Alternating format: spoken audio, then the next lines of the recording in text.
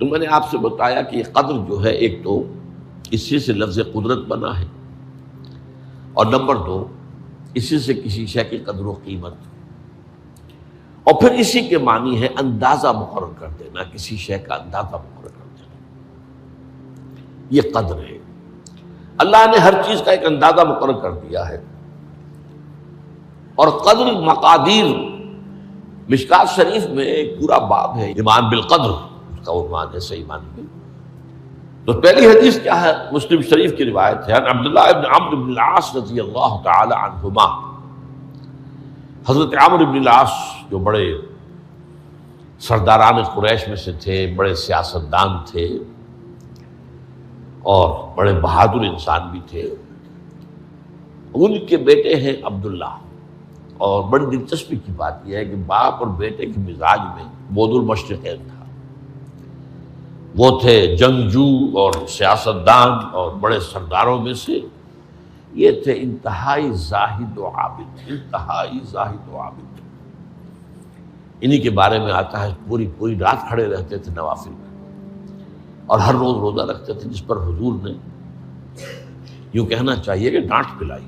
آپ کو اطلاع ہوئی، آپ نے بلایا، یا عبداللہ اولم اخبر انک تقوم اللیل و تصوم النہار تصوم الدہر، کیا مجھے یہ خبر نہیں دی گئی ہے؟ یعنی مجھے یہ خبر ملی ہے کہ تم پوری رات کھڑے رہتے ہو، نماز پڑھتے ہو، تم ہر روز روزہ رکھتے ہو، اب کیا کرتے؟ بلا یا رسول اللہ، جھوٹ بولنے کا تو ارادہ ہے ہی نہیں، اور ہو بھی نہیں سکتا۔ فرمایا لا تفعل، سختی سے روکا۔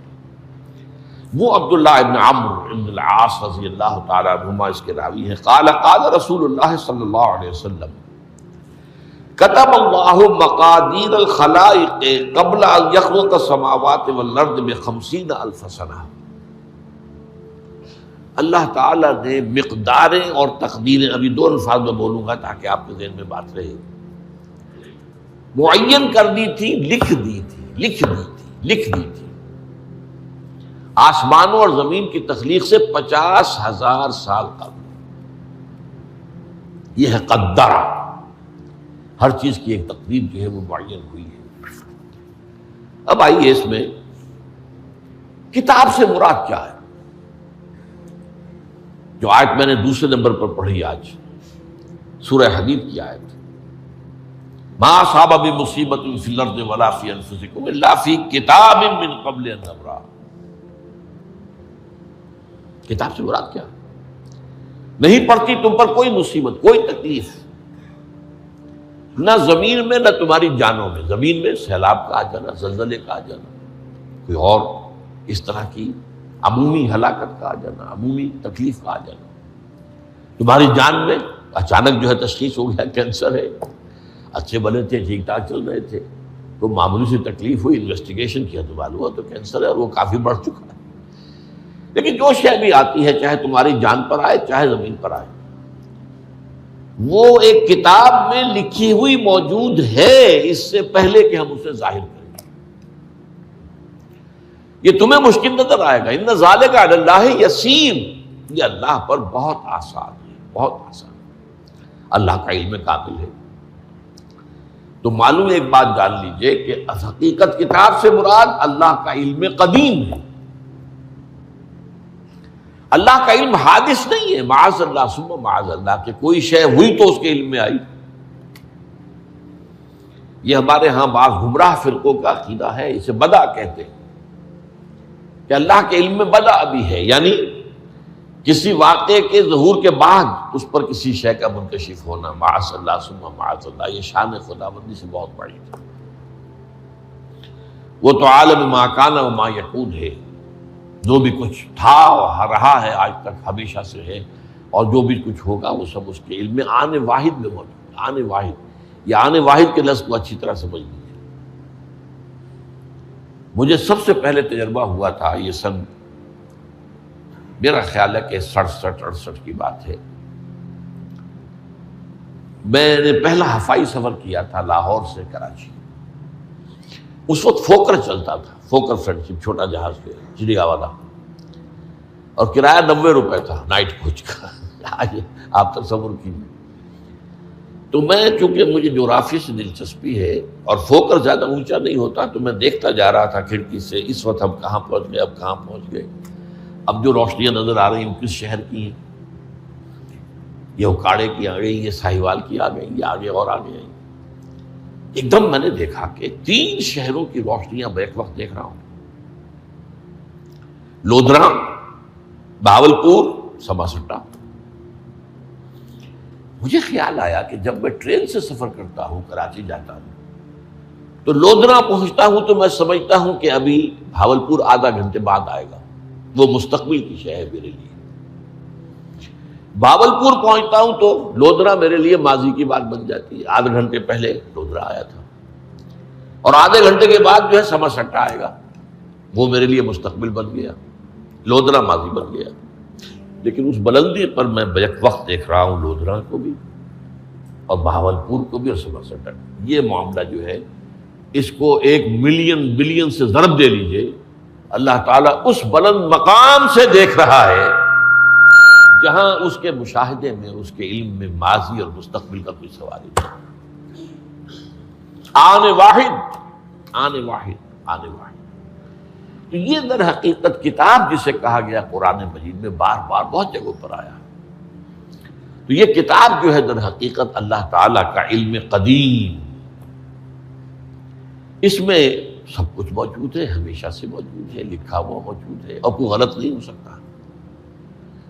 آگے چل کر گفتگو ہوگی اصل میں بعد میں کہ تقدیر کے جو عام عقیدے میں ہم تقدیر کہتے ہیں اس کے 2 پہلو ہیں.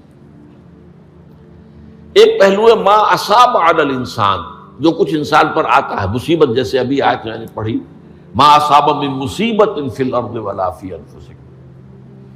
ہم ہر وقت زد میں ہیں، کوئی تکلیف آ گئی، کوئی مصیبت آ گئی، کوئی بیماری آ گئی، کوئی حادثہ ہو گیا، کوئی بچہ فوت ہو گیا، کوئی عزیز جو ہے وہ فوت ہو گیا. یہ ہر وقت حوادث ہے.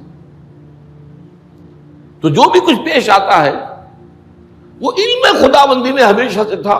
یہی وجہ ہے کہ ایک اور حدیث ہے ابن الدیلمی سے، لمبی حدیث ہے وہ، لیکن اس کے اندر جو آخری ٹکڑا ہے وَتَعْلَمَ، یعنی انسان کے نجات کے لیے لازم ہے کہ یہ بات بھی تم جان لو انما اصابک لم یکن لیخطئک وانما اخطأک لم یکن لیصیبک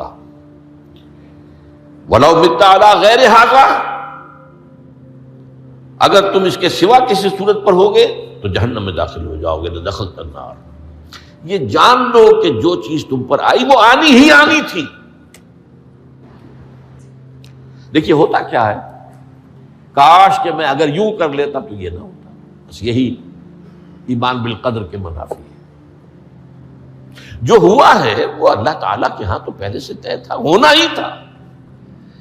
تمہاری کوئی تدبیر، کاش کہ میں اس وقت یہ کر لیتا. یہ لا، اسی لیے ایک حدیث میں الفاظ آئے ہیں ان کلمۃ لا تفتح عمل الشیطان. اس لا سے، کاش، اس سے شیطانی عمل شروع ہو جاتا.